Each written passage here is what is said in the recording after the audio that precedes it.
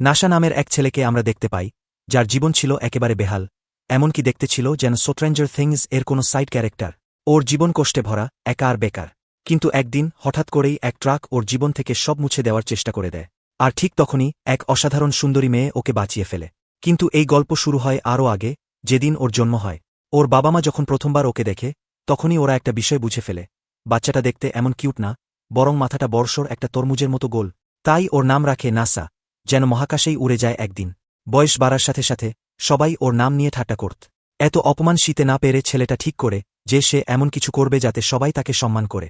সে জিমে গিয়ে push up দেওয়ার চেষ্টা করে, কিন্তু নিজের ভারী মাথার ওজনেই মাটিতে পড়ে যায়। মিডল স্কুলে উঠে সে তার শিক্ষিকাকে জানায় যে সে দেশের সেরা বিশ্ববিদ্যালয়ে পড়তে চায়। কিন্তু শিক্ষিকা ব্যঙ্গ করে বলে, তোমার মগজে যদি আইনস্টাইন ঢুকে পড়ে তাহলেও হয়তো।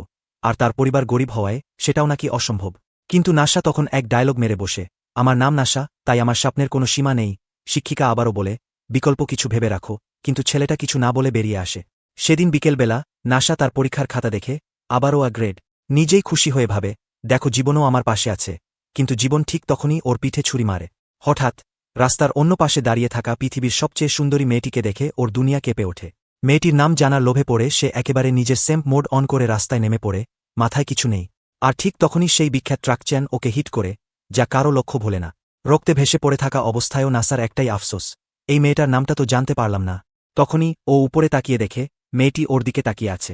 ট্রাক চালক ছুটে আসে জিজ্ঞেস করতে, তুমি ঠিক আছো?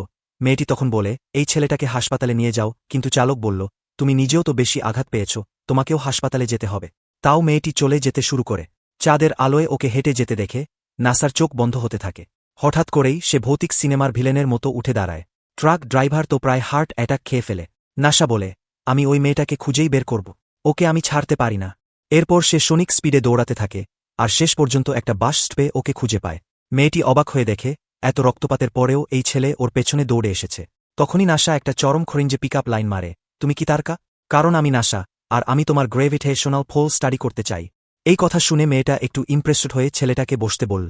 নিজের রুমাল দিয়ে ওর মুখের রক্ত পরিষ্কার করল, আর নিজের কোটটা দিয়ে ঢেকে দিল। এরপর সে উঠে দাঁড়িয়ে বলল, আমি অ্যাম্বুলেন্স ডাকছি, কারণ এই ইনজুরিতে তুমি যে কোনো সময় মারা যেতে পারো।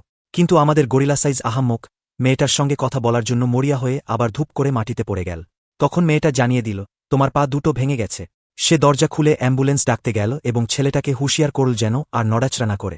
এই সময়ে নাসার হুশ আস্তে আস্তে হারিয়ে যাচ্ছিল, কিন্তু ও ছিল একদম দৃঢ় প্রতিজ্ঞ।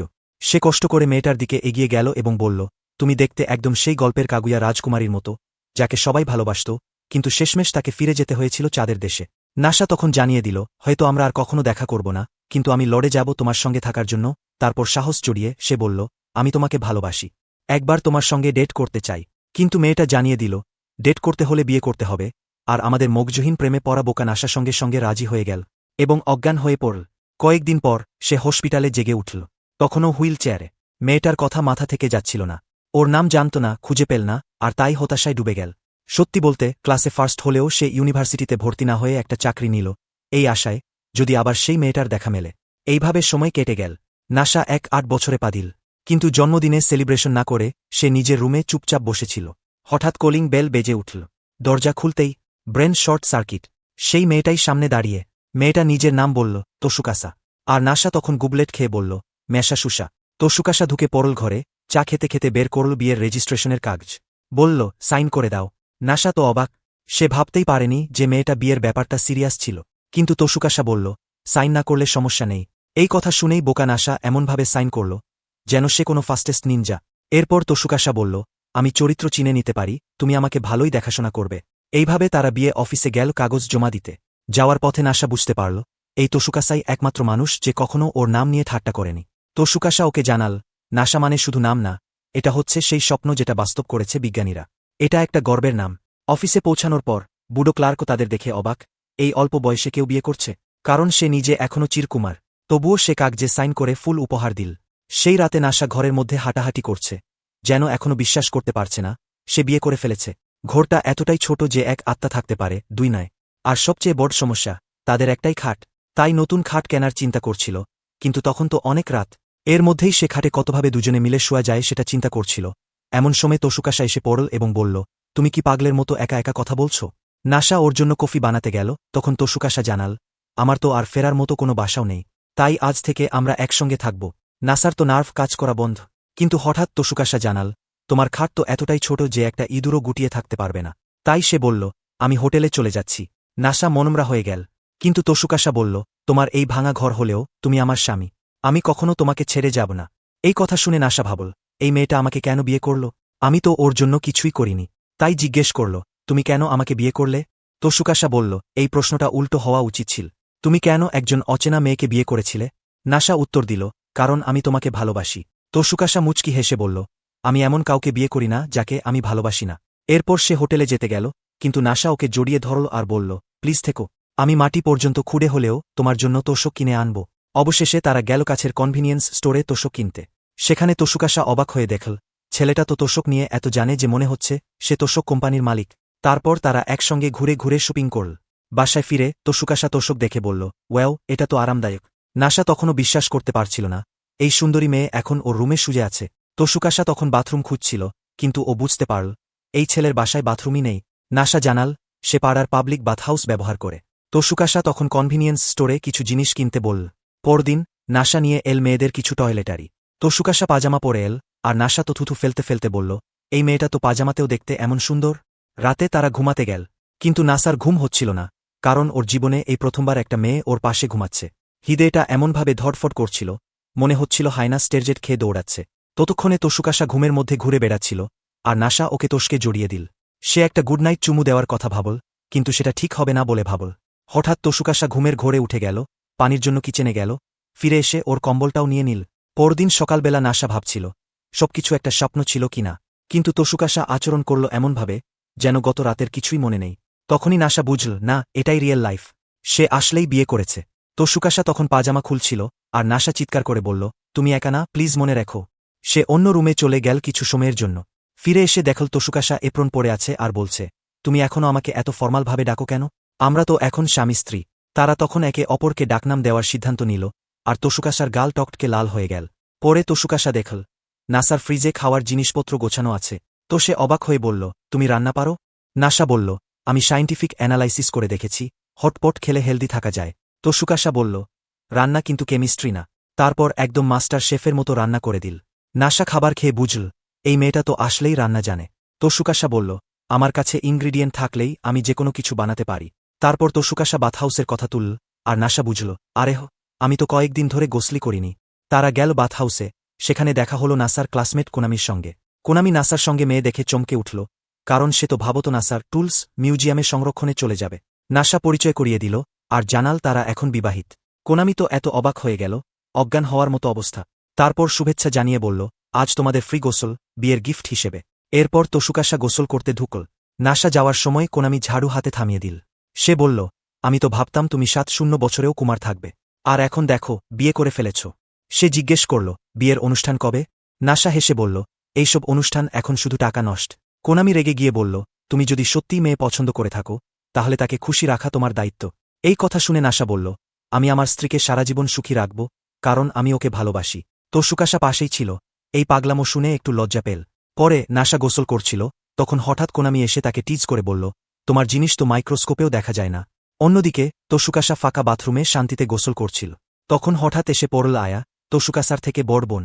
সে ভুল করে ঢুকে পড়ে ওর প্রাইভেসি নষ্ট করে ফেল, আর এরপর পাগলের মতো সরি সরি সরি বলতে লাগল। এরপর আয়া তোশুকাসার পিঠ ধুয়ে দেওয়ার প্রস্তাব দেয়, যাতে করে সে বুঝাতে পারে সে সত্যিই দুঃখিত। পিঠ ধোয়ার সময় সে মন্তব্য করে, তোশুকাসার ত্বক এতটাই মসৃণ যে সেটা রেশমের মতো। না না, একদমই ফোন চেয়ের মতো। যদিও এমন বোকামি তুলনা করায় সে সঙ্গে সঙ্গে দুঃখও প্রকাশ করে। এরপর তারা নিজেদের পরিচয় দেয়। আয়া তো হতবাক, কারণ সে বুঝতে পারে তোশুকাসার উপাধি নাসার মতোই। তখন সে জিজ্ঞেস করে, তোশুকাসা কি নাসার আত্মীয় নাকি? আর তোশুকাসা তখন মিথ্যে বলে, সে নাসার ছোট বোন। এর কয়েক ঘণ্টা পরে নাসা ঘুমে তলিয়ে গিয়ে আবারও স্বপ্নে দেখে যেদিন তার তোশুকাসার সঙ্গে প্রথম দেখা হয়েছিল। কিন্তু তার সেই সুমধুর ঘুম ভেঙে যায় যখন তোশুকাসা এসে বলে, বাথ নেওয়া শেষ। এরপর আয়া এগিয়ে এসে বলে, সে নাসার ছোট বোনের সাথে দেখা করেছে। নাসা তখন একেবারে ঘুলিয়ে যায়, তবে পরে বোঝে তোশুকাসা যে মিথ্যে বলেছিল, তাকে সাথ দিয়ে চলাই ভালো। তোশুকাসা এরপর আয়ার সঙ্গে তার সম্পর্ক জানতে চায়। আয়া জানায় তারা ক্লাসমেট ছিল। সে আরও জানায় তার দাদু, যিনি গোসলখানার ব্যবসা চালাতেন, তিনি মারা যাওয়ার পর সেই ব্যবসা একেবারে ডুবে যাচ্ছিল। তখনই নাসা ইউটিউব থেকে শেখা মার্কেটিং স্কিল ব্যবহার করে গোসলখানার ব্যবসাকে বাঁচায়। এরপর নাসা আর তোশুকাসা হাঁটতে হাঁটতে বাসার পথে ফেরে। পথে তসুকাশা হঠাৎ জিজ্ঞেস করে, আয়া কি সুন্দরী? তখন সেই নির্বোধ বেকুবটা শুরু করে আয়ার রূপের বিশাল প্রশংসা। কত সুন্দর, কত মিষ্টি, যা শুনে তসুকাসার ভেতর জ্বলে উঠে ঈর্ষার আগুন। তখনই তারা একটা বিয়ের অনুষ্ঠান দেখে।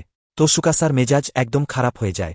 নাসার মনে পড়ে যায় কোনামির কথা, বিয়ের অনুষ্ঠান ছাড়া বিয়ে নাকি খুবই বোরিং। সে ধরে নেয় তসুকাশা হয়তো দুঃখ পেয়েছে কারণ তারা কোনো অনুষ্ঠান করেনি। অথচ তসুকাশা চেয়েছিল সে যেন একবার বলে, তুমি খুব সুন্দর। তসুকাশা সরাসরি বলে সে চায় কেউ তাকে সুন্দর বলুক। তখন সেই বোকা গাধাটা তাকে বাসার চাবি দিয়ে পালিয়ে যায়। বলতে থাকে সে অসম্ভবকেও সম্ভব করে দেখাবে। পেছনে তাকিয়ে তসুকাশা ভাবে, এত কঠিন কি? একটা তুমি সুন্দর বলাই তো যথেষ্ট ছিল।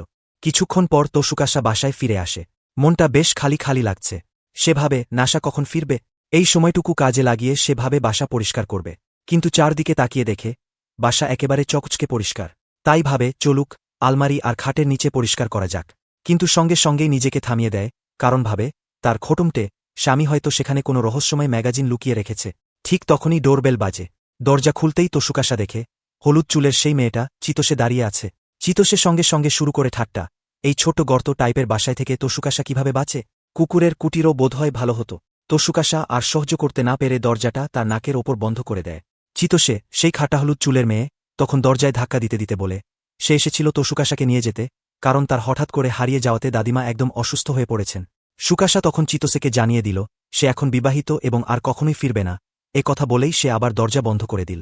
চিতোষে মন খারাপ করে অ্যাপার্টমেন্ট থেকে বেরিয়ে গিয়ে সিঁড়িতে বসে কাঁদতে লাগল।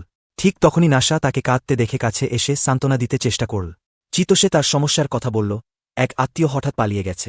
সে সুকাশাকে তুলনা করল এক উড়ন্ত কাচের প্রজাপতির সঙ্গে, নরম, সংবেদনশীল আর চোখের আড়াল হতেই হারিয়ে যাওয়ার মতো। ঠিক তখনই সুকাশা নাসার কণ্ঠ শুনে চলে এল এবং সেই মুহূর্তে চিতোষে সবকিছু বুঝে গেল। সে রীতিমতো আগুন হয়ে গেল যখন বুঝল যে এই লোকটাই সুকাশাকে বিয়ে করেছে। নাসা তখন শান্ত থাকার ভান করে তাকে বোঝানোর চেষ্টা করল যে সে সুকাশার জন্য যোগ্য জীবনসঙ্গী। কিন্তু চিতোষে একটুও দেরি না করে তাকে অপহরণ করে এক প্রাসাদতুল্য বাড়িতে নিয়ে গেল। সেখানে চিতোষে তাকে জানায় সে এমন কিছু ছবি তৈরি করবে যেগুলো দেখে মনে হবে সে অপরাধী। এরপর সে তার দুই সাহসী পরিচারিকা শার্লট আর অরোরাকে ডেকে বলে এমন কিছু ছবি তোলার জন্য যাতে সন্দেহ দেখা দেয়। শার্লট একেবারেই সময় নষ্ট না করে জামা খুলতে শুরু করে, কিন্তু চিতোষের সঙ্গে সঙ্গে তাকে থামিয়ে দেয়। এদিকে সবাই যখন ব্যস্ত তখন নাসা সুযোগ বুঝে পালিয়ে যায় এবং চারদিকে ঘুরতে ঘুরতে সে এমন এক ঘরে ঢুকে পড়ে যেটা সম্ভবত সুকাসার। ঘরে ঢুকে সে লক্ষ্য করে একটি পাথর রাখা আছে, যেটি দেখে মনে হয় এটি চাঁদের পাথর, যা সাধারণত জাদুঘরে থাকে। সে ভাবতে থাকে সুকাসার কাছে এটি এল কোথা থেকে। ঠিক তখনই শার্লট বিশাল এক তলোয়ার হাতে ঘরে ঢুকে পড়ে আর বলে তাকে ধ্বংস করে দেবে। কিন্তু তলোয়ার চালাতে গিয়ে সে ভুল করে চাঁদের পাথরের কাজ ভেঙে দেয়, ফলে নাইট্রোজেন বেরিয়ে যায়। নাসা তখন তার ইলেকট্রিক স্কিল কাজে লাগিয়ে তা মেরামত করে ফেলে। কিছুক্ষণ পর চিতোষে জানায় ওই চাঁদের পাথরটি সুকাশা তার পরিবারকে উপহার দিয়েছিল। তখন সে হতবাক হয়ে যায়, নাসা তার নিজের স্ত্রী সম্পর্কে এত কম জানে। চিতোষে তখন নিজের ছোটবেলার কথা মনে করে কিভাবে একবার পাহাড়ে উঠতে গিয়ে সুকাশা তাকে বাঁচিয়েছিল। তখন সে আরও ক্ষিপ্ত হয়ে ওঠে, এমন একজন অসাধারণ মেয়ের স্বামী একজন বোকা ছেলে কিভাবে হতে পারে। এরপর শার্লট আর অরোরা তাদের নকল বিশ্বাসঘাতকতার পরিকল্পনা শুরু করে ফটোস্পে ছবি তৈরি করে ফেলে চোখের পলকেই। নাসা ছবিগুলো দেখে চমকে যায়, এত দ্রুত এই কাজ কিভাবে সম্ভব। ঠিক তখনই সুকাশা ঘরে প্রবেশ করে ছবি দেখে ফেলে। চিতোষে তৎক্ষণাৎ চিৎকার করে ডিভোর্স দাবি করে, কিন্তু সুকাশা বলে আগে তার স্বামীর সঙ্গে একান্তে কথা বলতে চায়। আসলে সে পালানোর একটা উপায় খুঁজছিল। বাইরে এসে নাসা সব ব্যাখ্যা দেয়, ছবিগুলো ভুয়া। সুকাশা নির্লিপ্ত ভঙ্গিতে বলে, আমি এতটা বোকা না, ছবিগুলো যে ফটোশপ করা তা একবার দেখলেই বোঝা যায়। ওদিকে চিতোষে আর তার সহকারী মেয়েরা বুঝে যায় তারা ধোঁকা খেয়েছে।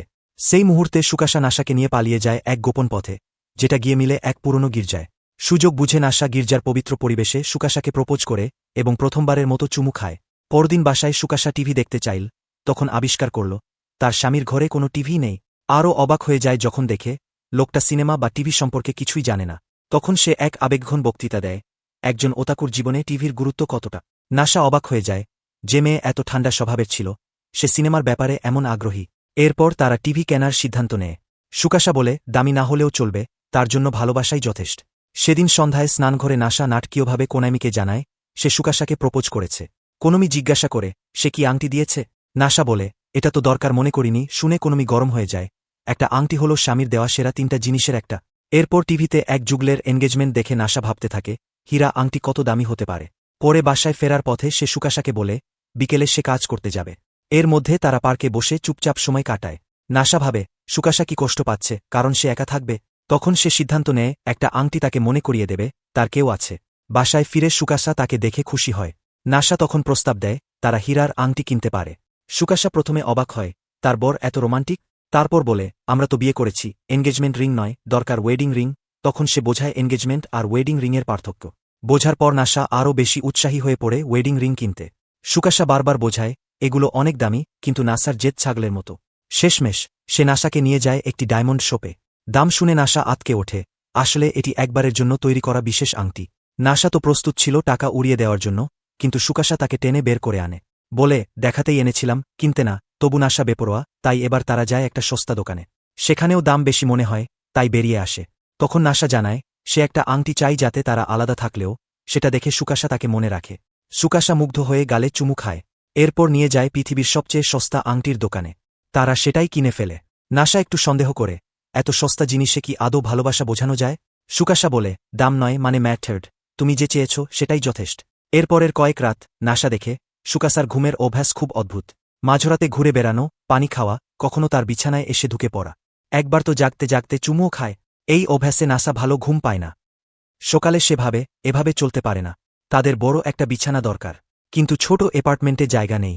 তখন সে ভাবে, নতুন বড় ঘর হলে সিনেমার জন্য প্রজেক্টরও রাখা যাবে, বইয়ের তাকও বসবে। সে সুকাশাকে প্রস্তাব দেয়, নতুন বাসায় যাবে। কিন্তু সুকাশা বলে, এই ছোট ঘরটাই তাদের একে অপরের কাছাকাছি রাখে। বাথ হাউস ইকোনমি শুনে অবাক হয়। সুকাশা কি এখনও মেঝেতে ঘুমায়? সে বলে, তার বর যদি তাকে এমন বাসায় রাখে তবে সে চটে যাবে। সন্ধ্যায় নাসা ভুল করে সুকাশাকে পোশাক পাল্টাতে দেখে ফেলে। লজ্জায় পড়ে সে বলে, তাদের বড় বাসা দরকার, যাতে এমন অদ্ভুত ঘটনা না ঘটে। সুকাশা চিন্তিত, বড় বাসার খরচ হবে। কিন্তু নাসা তাকে বোঝায়, বড় বাসা মানেই সিনেমার প্রজেক্টর আর তার প্রিয় কালেকশন রাখার তাক। সুকাশা তো খুশিতে লাফিয়ে ওঠে। তখন তারা বাসা খোঁজ শুরু করে, কিন্তু জানতে পারে একজন গ্যারান্টর দরকার। তখন নাসা মনে পড়ে, সে তো এখনও তার বাবা মাকে জানায়নি সে বিয়ে করেছে। সে দ্রুত ফোন করে জানিয়ে কেটে দেয়। সে সুকাশাকে জানায় দুর্ঘটনার কথা বলেছিল এবং কিভাবে সুকাশা তাকে বাঁচিয়েছিল। বাসার জন্য বাবা মায়ের সাহায্য দরকার, তাই সময় এসেছে সুকাশার তাদের সঙ্গে দেখা করার। নাসা টেনশনে ছিল, কিন্তু তার মা তখনই মেসেজ পাঠিয়ে লেখে, তোমার নতুন বাসার জন্য সাহায্য লাগবে বলেই বুঝি ফোন করেছ। নেসার বাবা মা চাইলেন যে নবদম্পতি তাদের সঙ্গে দেখা করুক, কারণ তারা ভিন্ন এক প্রিফেকচারে থাকতেন। নেশা ভাবল, এটা একটা ছোট্ট হানিমুন হিসেবেও কাজে লাগানো যেতে পারে। সাশা তখন প্রস্তাব দিল তারা একটা ক্যামেরা কিনে নিক, যাতে তাদের দাম্পত্য জীবনের স্মৃতি দিয়ে একটা ফটো ডায়েরি বানানো যায়। পথে যখন তারা নেসার বাবা মায়ের বাড়ির দিকে রওনা দিল, তখন একটা লেকের ধারে সাশার ছবি তুলে নেশা আবিষ্কার করল যে তার ফটোগ্রাফির উপর বেশ ভালো দখল রয়েছে। পরদিন তারা কিয়োটো ঘুরতে গেল, পথ চলতি নানা ছবিও তুলতে থাকল। ওদিকে চেতো আর তার দুই দাসী, শার্লট আর অরোরা, গোপনে তাদের অনুসরণ করছিল। তারা অবাক হল দেখে যে দম্পতি বুলেট ট্রেন নয়, সাধারণ বাসে ভ্রমণ করছে।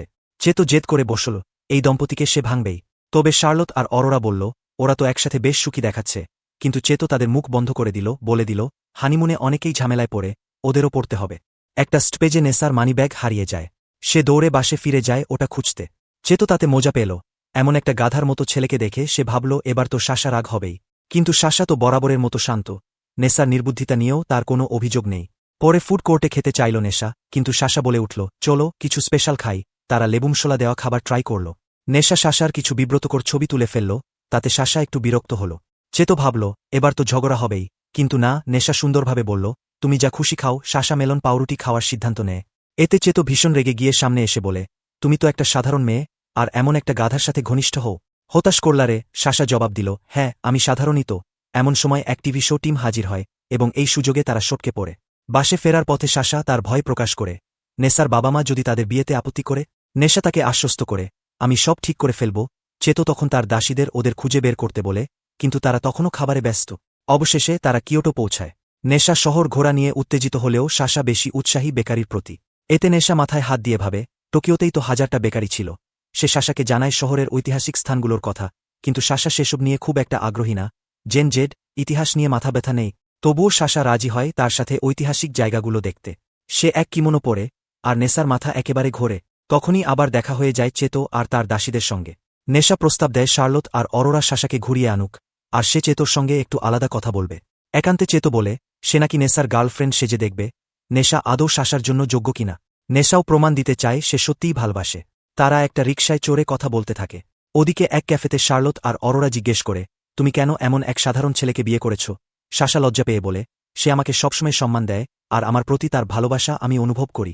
এদিকে নেশা চেতোকে নিয়ে যায় বিখ্যাত একটা ডাঙ্গো শপে। সেখানে চেতো প্রশ্ন করে, তুমি সাশাকে ভালোবাসো কেন? নেশা বলে, সে খুব কিউট আর অসাধারণ। এতে চেতোর মাথা একেবারে গরম হয়ে যায়। সে বলে, তুমি কিছুই জানো না সাশাকে নিয়ে, সে তো অ্যাথলেটও। বলে সে রাগে রিকশা থেকে নেমে যায়। নেশা তখন শেয়ার করে, 2 বছর আগে আমাকে এক ট্রাক থেকে বাঁচিয়েছিল সাশা। সেই থেকে আমি জানতাম ওর সঙ্গেই আমার ভবিষ্যৎ। সে আরও বলে, হয়তো আমি সাশাকে পুরোপুরি চিনি না, কিন্তু আমি আমার সারাটা জীবন ব্যয় করব এই ভালোবাসাকে প্রমাণ করতে। পরে সাশা জিজ্ঞেস করে, চেতোকে বুঝাতে পেরেছ? নেশা হেসে বলে, সে আপাতত টোকিও ফিরে যাচ্ছে।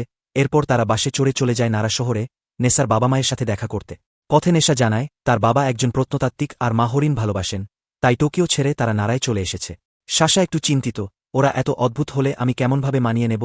নেশা আশ্বস্ত করে, সব ঠিক হয়ে যাবে। যখন তারা পৌঁছায় তখন দুজনেই নার্ভাস। হঠাৎই দেখতে পায় নেশার মা কিনোকা জানালার ফাঁক দিয়ে ওদের দেখছে। এরপর তারা ভেতরে ঢোকে, আর কিনোকা একেবারে অদ্ভুত ভঙ্গিতে পরিচয় দেয়, যেন মানসিক রোগী। সে জানায়, নেশার বাবা এনিশি এত নার্ভাস ছিলেন যে সারাদিন এক জায়গা থেকে নড়েননি। শেষে তারা বসে কথাবার্তা বলে। আর তখনই নেশার পাগলাটে বাবা মা যেন আচমকা কোনো চমৎকার ফ্যান্টাসি মোডে ঢুকে পড়ে। এনিশি হঠাৎ জোর করে বলে, নেশা, যাও গোসল করো। নেশা একটু অস্বস্তি বোধ করলেও সাশা তাকে সাহস দেয় যাতে সে কিছু সময় তার বাবা মায়ের সঙ্গে একা কথা বলতে পারে।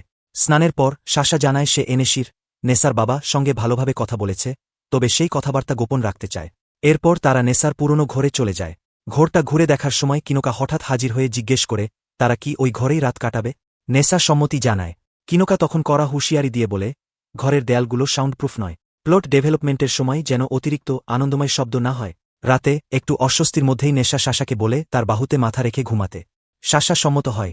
তারা একে অপরের আরও কাছাকাছি চলে আসে এবং মুহূর্তটা অনেক আবেগময় হয়ে ওঠে। কিন্তু হঠাৎ করেই নেশার বাহু অবশ হয়ে যায়, যা তাকে কিছুটা অস্বস্তিতে ফেলে। সে তাই সাশার কাছে একটা গুড নাইট কিস চায়, যেটা সাশা মিষ্টিভাবে দিয়ে দেয়। পরদিন সকালে সাশা সূর্যোদয় দেখতে গিয়ে এনেশির সঙ্গে দেখা করে।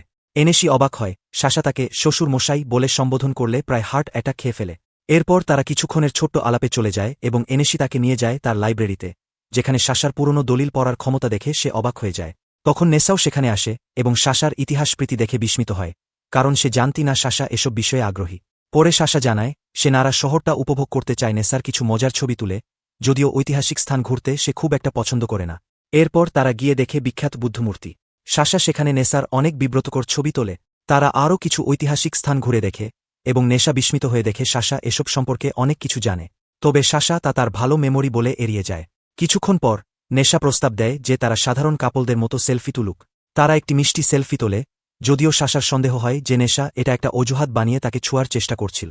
পরে তারা হেইজো প্যালেসের জায়গায় যায়, যেখানে এখন কিছুই নেই, কারণ পুরনো বিল্ডিংগুলো কিয়োটোতে সরানো হয়েছে। শূন্য জায়গাটা দেখে সাশার মন খারাপ হয়ে যায় এবং সে বলে এখানে তাদের নিজেদের স্মৃতি ধরে রাখতে ভিডিও করা দরকার। সেদিন রাতে এনেশি মাটিতে পড়ে গিয়ে সাশার কাছে কৃতজ্ঞতা প্রকাশ করে, কারণ সাশা তার ছেলেকে বাঁচিয়েছিল। সে বলে তারা কখনই সাশার এই ঋণ শোধ করতে পারবে না। সে অনুরোধ করে যেন সাশা সবসময় নেশার খেয়াল রাখে। সাশা প্রতিশ্রুতি দেয় সে যথাসাধ্য করবে। পরদিন বিদায়ের সময় সাশা কিনোকাকে অনেক মজার ছবি দিয়ে যায়, যেখানে নেশার নানান কাণ্ড ধরা ছিল। যাত্রাটা যতই ছোট হোক, সে প্রতিটি মুহূর্ত উপভোগ করেছে এবং জানায় নেশার সঙ্গে থাকলেই সে শান্তি পায়। তারা টোকিওতে ফিরে এসে দেখে তাদের অ্যাপার্টমেন্টে আগুন লেগে সব পুড়ে ছাই। ভাগ্যক্রমে সুকাশা তার প্রিয় কিছু জিনিস ব্যাগে গুছিয়ে নিয়েছিল। নাশা খুশি হয়, কারণ ভালোবাসার প্রতীক হিসেবে গাছটা অক্ষত ছিল। সুকাশাও অবাক হয়, কারণ নাশা এত ছোট ছোট বিষয়ের প্রতিও যত্নবান। নাশা তখন সুকাশাকে আশ্বস্ত করে যে চিন্তার কিছু নেই, সে ইন্স্যুরেন্স করিয়ে রেখেছিল আর প্রয়োজনীয় জিনিসপত্র সেফটিতে রাখা ছিল। এরপর সে প্রস্তাব দেয় তারা কাছের কোনো স্নানঘরে গিয়ে ঠান্ডা হয়ে পরবর্তী পদক্ষেপ ঠিক করুক। হাঁটতে হাঁটতে সুকাশা বুঝতে পারে এমন পরিস্থিতিতেও নাশা কতটা শান্ত ও দক্ষ। স্নানঘরে বিশ্রামের সময় নাশা ভাবছিল তারা কি হোটেলে উঠবে, কিন্তু তার চিন্তা একটু সংস্কৃতিময়ভাবে বিপথে চলে যায়। ঠিক তখনই হাজির হয় কানামে। কানামে প্রস্তাব দেয় তারা স্নানঘরেই কিছুদিন থাকুক। নাশা খুশি হয়ে রাজি হয়ে যায়। সে তাদের থাকার জায়গা দেখিয়ে দেয়। এরপর সে চিন্তায় পড়ে ছোটবোন আয়াকে নিয়ে, যে কিনা নাসার প্রতি দুর্বল, কিন্তু এখনও জানে না নাশা আর সুকাশা আসলে স্বামী স্ত্রী ভাইবোন নয়। কানামে আয়াকে জানায় নাশা আর সুকাশা ওদের সাথেই থাকবে। আয়ার মাথায় যেন বজ্রপাত হয়। কানামে ঘুরিয়ে ফিরিয়ে বোঝাতে চায় যে তারা দম্পতি, কিন্তু আয়ার বেলুন ব্রেইন কিছুই বুঝতে চায় না। তখন নাশা এসে কথায় যোগ দেয় এবং আয়াকে ধন্যবাদ জানায়। কিন্তু মজার ব্যাপার, আয়া এখনও তার আঙুলের বিয়ের আংটিও খেয়াল করে না। নাশা বলে সে ইতিমধ্যে সুকাশাকে তার পরিবারকে পরিচয় করিয়ে দিয়েছে। এতে আয়ার মাথায় একটু আলো জ্বলে উঠলেও সে তখনও পুরোপুরি বুঝে উঠতে পারে না। হঠাৎ তাদের মা এসে জানায় সে নাসার স্ত্রীর সঙ্গে কথা বলেছে। এই শুনে অবশেষে আয়ার ব্রেইন পুরোপুরি অন হয়ে যায়। এই সত্য উপলব্ধি করে আয়ার মন ভেঙে যায়। তার মা তাকে সান্ত্বনা দেয়, বলে তার নিজের স্বামীও তাকে ছেড়ে গিয়েছিল। অন্যদিকে নাসা কিছুটা অপরাধবোধে ভোগে, কিন্তু কানামে তাকে আশ্বস্ত করে এবং স্বীকার করে তার নিজের দ্বিধার কারণেই সে আগেই কিছু বলেনি। আয়া কয়েক সেকেন্ড কাঁদে, তারপর নিজেকে সামলে নেয়। সে নাসাকে বলে সুকাসার ভালো খেয়াল রাখতে, আর সে নিজের স্বপ্ন পূরণে এগিয়ে যাবে, একজন গেম স্ট্রিমার হওয়ার পথে। কয়েকদিন পর সুকাসা জানায় যে তাদের পরিষ্কার কাপড় কমে গেছে। নাসা কাপড় ধোয়ার প্রস্তাব দেয়, কিন্তু সুকাসা লজ্জায় না করে দেয়, কারণ সে ভাবতে পারে না নাসা তার অন্তর্বাসের দিকে তাকাবে। কাপড় আলাদা করার সময় নাসা সুকাসার জামার গন্ধ নেয়ার চেষ্টা করে, আর তখনই কানামে এসে দেখে চিৎকার করে ওঠে, তুমি 1 নম্বর লম্পট পোচা ছাগল। পরে নাসা আর সুকাসা একসাথে গেল লন্ড্রোম্যাটে। সেখানে সুকাসা তাকে কাপড় ধোয়ার সঠিক নিয়ম শেখায়, কারণ নাসা এর আগে মনোযোগ দিয়ে কখনোই ধোয়নি। হঠাৎ সুকাসা স্বীকার করে সে এখন শুধু ট্র্যাকস্যুট পরেছে, তার নিচে কোনো মেলন কাভার বা পিচ আর্মর নেই। এটা শুনে নাসার নিঃশ্বাস প্রায় বন্ধ। এই বিরল সুযোগ কাজে লাগিয়ে নাসা চুপচাপ একটা ছবি তুলে নেয়। ভাবল, এমন মুহূর্ত বারবার আসে না। সেদিন বিকেলে কানামে নাসাকে উৎসাহ দেয় সুকাসাকে শপিংয়ে নিয়ে যেতে, আগুনে পোড়া কাপড়গুলোর বদলে নতুন জামাকাপড় কেনার জন্য। সে ইঙ্গিতে বলে যদি সুকাসা এই রাস্তায় থাকা ফ্যাশন ধরে রাখে তাহলে তার কাটিংএজ লুক নষ্ট হয়ে যাবে। কথাটা যুক্তিসঙ্গত মনে করে নাসা সুকাসাকে নিয়ে যায় শপিং মলে, যেখানে সে নানা রকম পোশাক ট্রাই করে। পরে তারা পৌঁছায় অন্তর্বাসের সেকশনে। এই জায়গায় এসে নাসা ভয়ানক অস্বস্তিতে পড়ে। সুকাসা তখন তার হাত ধরে শান্ত করে। শেষে তারা ঠিক করে সুকাসাই একা গিয়ে কিনে নেবে। ফেরার পথে নাসা একটু সাহস করে জিজ্ঞেস করে, একদিন কি সে সুকাসাকে কিউট অন্তর্বাসে দেখতে পারবে? কিন্তু মুহূর্তেই দুজনেই এমন লজ্জায় পড়ে যে প্রসঙ্গ পাল্টে ফেলতে বাধ্য হয়। স্নানঘরে থাকার অভিজ্ঞতা মোটামুটি ভালোই চলছিল, তবে নাসা বুঝতে পারছিল ঘরটা কিছুটা পুরনো। সে ভাবছিল তাড়াতাড়ি এখান থেকে বেরিয়ে নতুন কোথাও ওঠা উচিত। এদিকে সুকাসা ওদের জন্য ডিনার রান্না করে, যা নাসা দারুণ উপভোগ করে, কারণ তার পরিবার ফ্রাইড খাবারের দারুণ ভক্ত। বিশেষ করে সুকাসার বানানো সস-সহ শূকরের মাংস সে বলে এমন খাবার সে সারা জীবন খেতে চায়। ঠিক তখনই কানামে হাজির হয়, উপহার হিসেবে নিয়ে আসে সুগন্ধি মাস্কমেলন। দুজনেই তার স্বাদে মুগ্ধ হয়ে যায়। তারা ভাবে এত ভালোবাসার জবাবে কৃতজ্ঞতা জানানো উচিত। সেই ভাবনা থেকেই নাসা একটু রোমান্টিক হয়ে ওঠে এবং সুকাসাকে 1 চামচ মেলন খাইয়ে দেয়। যদিও সুকাসা একটু লজ্জা পায়, নাসা মনে করিয়ে দেয় আগে তো সুকাসাই তাকে খাইয়েছিল। অবশেষে সুকাসা রাজি হয়, আর তারা একে অপরকে মুখে মুখে খাওয়ায়। পরদিন নাসার পুরনো বাড়িওয়ালা ফোন করে জানায় নতুন অ্যাপার্টমেন্ট তৈরি হয়েছে, তাদের দেখে যেতে বলল। কানামে একটু মন খারাপ করে, কারণ এই অদ্ভুত আর মিষ্টি ভালোবাসার গল্প সে দারুণ উপভোগ করছিল। তবে যেহেতু বাড়িওয়ালা তাদের ভালো চেনে, আগের ভাড়াতেই নতুন ফ্ল্যাট অফার দেয়। সেই দিনই তারা গেল নতুন ফ্ল্যাট দেখতে, একটা মডেল হাউস। এর দৃষ্টিনন্দন ডিজাইন, খুঁটিনাটি সাজসজ্জা আর উঁচু তলার জানালা থেকে অপূর্ব দৃশ্য দেখে দুজনেই মুগ্ধ। বিশেষ করে বাথরুমের প্যানোরামিক ভিউ দেখে তো নাসা কল্পনায় গরম পানির গোসলেই হারিয়ে যায়। আর সুকাসা হেসে বলে, আসলে আমি তো এই শেয়ার্ড বাথটাই সবচেয়ে বেশি অপেক্ষা করে আছি। মাস্টার বেডরুমে ঢুকে দেখে বিশাল এক বিছানা, পুরনো ফুতনের তুলনায় রাজপ্রাসাদের মতো বিশাল। ফ্ল্যাট দেখা শেষে ফেরার পথে নাসা মনে মনে ঠিক করে নেয় এই বাড়ির ভাড়া চালাতে হলেও সে দ্বিগুণ পরিশ্রম করবে। কিন্তু সুকাসা তার হাত ধরে বলে, তুমি যেখানে থাকবে সেখানেই তো আমার ঘর, আমাদের ভালোবাসাই তো আমাদের ঠিকানা। পরদিন সকালে কানামে তার প্রতিদিনের স্নানঘরের কাজের রুটিন জানায়। সে ভোর 5:30 উঠে পরিষ্কার পরিচ্ছন্নতা করে তারপর স্কুলে যায়। সুকাসা সাহায্য করতে চায়। প্রথমে কানামে আপত্তি জানায়, সে তো অতিথি। কিন্তু সুকাসা অনড়, সে বলে সাহায্য না করলে ভিতরে অস্বস্তি লাগবে। শেষমেশ কানামে রাজি হয়, আর সুকাসা আবিষ্কার করে নাসা বানানো কিছু যন্ত্র বাথহাউসের কাজ অনেকটাই সহজ করে দিয়েছে। কানামে সুকাসাকে কিছু কঠিন জায়গা পরিষ্কার করতে দেয়, আর তার নিখুঁত কাজ দেখে মুগ্ধ হয়ে যায়। এরপর কানামে ধন্যবাদ জানায় নাসাকে বাঁচানোর জন্য আর তাদের পরিবারকে সহযোগিতা করার জন্য। সেদিন বিকেলে সুকাসা নাসাকে জিজ্ঞেস করে তার প্রিয় খাবার কি। অবাক করা বিষয়, নাসার প্রিয় খাবার হচ্ছে কারি। সুকাসা তখনই ঠিক করে আজই কারির জিনিসপত্র কিনে ফেলবে। নাসাও সঙ্গে যায় বাজার করতে। বের হওয়ার সময় তাদের দেখা হয় কানামের মায়ের সঙ্গে। তিনি মজা করে বলেন, স্ত্রীকে একটু পার্কে নিয়ে যাও, একটু মশলাদার সময় কাটাও, সংসারটাও তো একটু ঝালমিষ্টি হওয়া দরকার। কিন্তু নাসা তো সেই চিরাচরিত বোকার হদ্দ, উনি কি বলতে চাচ্ছেন কিছুই বুঝতে পারে না। এরপর তারা গেল সুপারমার্কেটে, আর ঘরে ফেরার পথে নাসা মজা করে বলে, ভাগ্য ভালো আমরা হাইস্কুল কাপল না, না হলে বাবা মায়েরা এখন রাস্তায় দাঁড়িয়ে আমাদের ধমক দিত। তখন সুকাসা হেসে বলে, তুমি এই পরিত্যক্ত পার্কে ভুল করে নিয়ে এসেছ না তো? বলো তো মনের মধ্যে কোনো সংস্কৃত চিন্তা ছিল? নাসা একটু লজ্জা পেয়ে স্বীকার করে সে আসলে একটা ছোট্ট চুমু খাওয়ার প্ল্যান করেছিল। কিন্তু সুকাসা মুখ নিচু করে জানায়, ও তো এখনও রসুন বান খেয়ে আছে, তাই একটু অস্বস্তি লাগছে। এতে নাসা বেশ হতাশ হয়। তারপর সুকাসা বলে, এই পার্কটা খুব শান্ত লাগছে, যেন পুরো পৃথিবীতে শুধু আমরা দুজনই আছি। ঠিক তখনই নাসা পিছন থেকে সুকাসাকে জড়িয়ে ধরে। একটু অবাক হলেও সুকাসা শান্ত গলায় বলে, ভয়ে চমকে উঠেছিলাম, কিন্তু অনুভূতিটা খারাপ না। তখন নাসা জিজ্ঞেস করে, তুমি কি খুশি আমার স্ত্রী হয়ে? সুকাসা হেসে জবাব দেয়, আজব প্রশ্ন করছো, কিন্তু হ্যাঁ আমি খুশি, কারণ তোমার সঙ্গে থেকে প্রতিদিনই কিছু নতুন শিখছি। আর সেই উত্তরে ভালোবাসায় ভরা এই জুটি একে অপরকে গভীরভাবে জড়িয়ে ধরে। কয়েকদিন পর চিতোষে আর তার 2 কাজের মেয়েরা আবিষ্কার করে নাসা আর সুকাসার অ্যাপার্টমেন্ট পুড়ে গেছে। ঠিক তখনই সুকাসা ওই পোড়া বিল্ডিংয়ের পাশ দিয়ে যাচ্ছিল, আর ওরা তাকে দেখে জিজ্ঞেস করে এখন সে কোথায় আছে। মজা করে সুকাসা বলে বসে, একটা পার্কে খেলনার কাঠামোর ভেতরে থাকছি। এই কথা শুনে চিতোষে তো আঁতকে উঠে।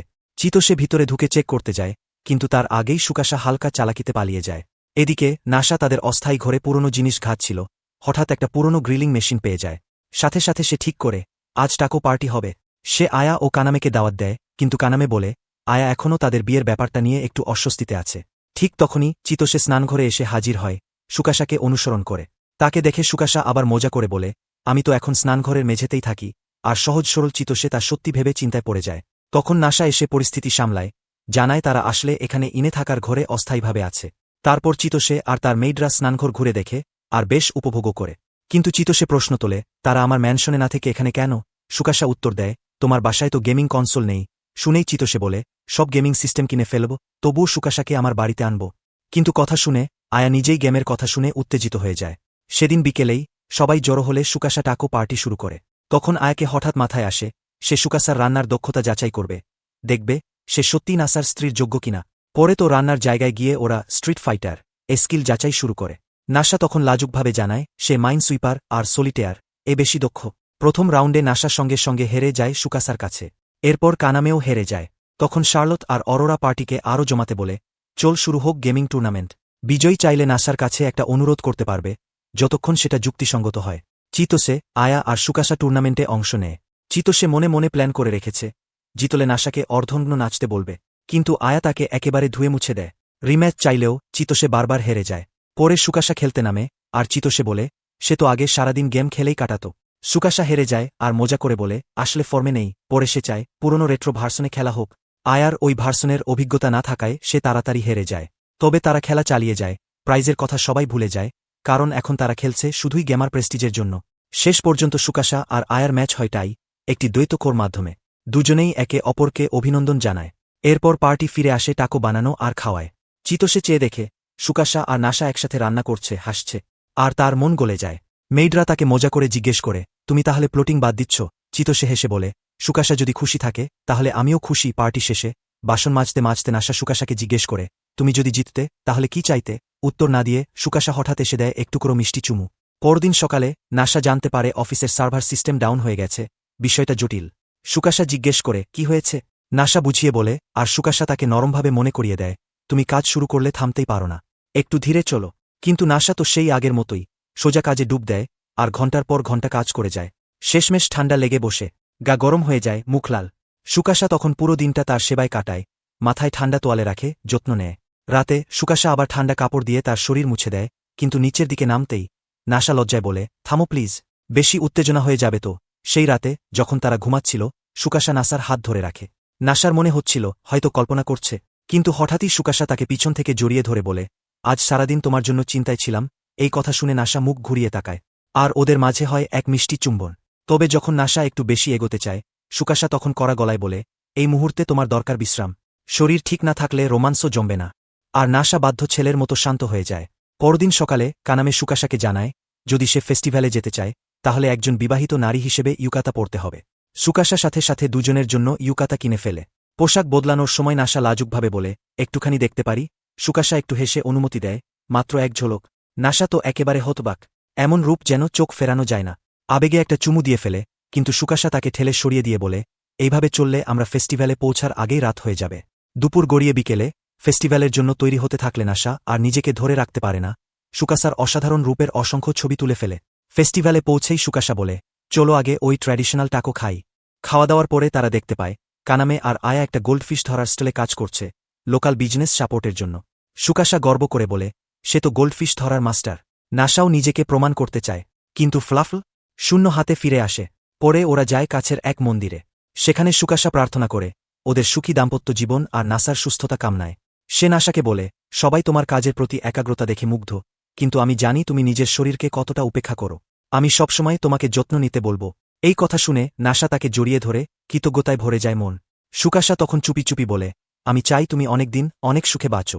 এর কিছুক্ষণ পর তাদের বন্ধুরাও যোগ দেয় আতশবাজি দেখার জন্য। নাসা তখন বলে, আমি আজ অনেক ছবি তুলেছি তোমার, একটাও মুছব না, এমনকি যেগুলো বিব্রতকর। আর সবাই মিলে গা শিউরে ওঠা সেই গ্রীষ্মের রাতের আতশবাজি দেখতে থাকে। নাসার মনে শুধু একটাই কথা, এমন রাত যেন প্রতিবছর আসে, ঠিক আমাদের দুজনের জন্যই। তবে এই নবদম্পতির জীবনের সামনে কি কি চ্যালেঞ্জ অপেক্ষা করছে? ভালোবাসার আসল পরীক্ষা তো এখনও বাকি। আজকের কাণ্ডকারখানা এখানেই শেষ। ভিডিওটা ভালো লাগলে একটা লাইক ঠুসাও, আর এরকম আরও রিক্যাপ পেতে সাবস্ক্রাইব করে ফেলো। কমেন্টে জানাও যদি পরের পার্টটা দেখতে চাও। তাহলে দেখা হবে খুব শিগগিরই একদম হট পর্বে।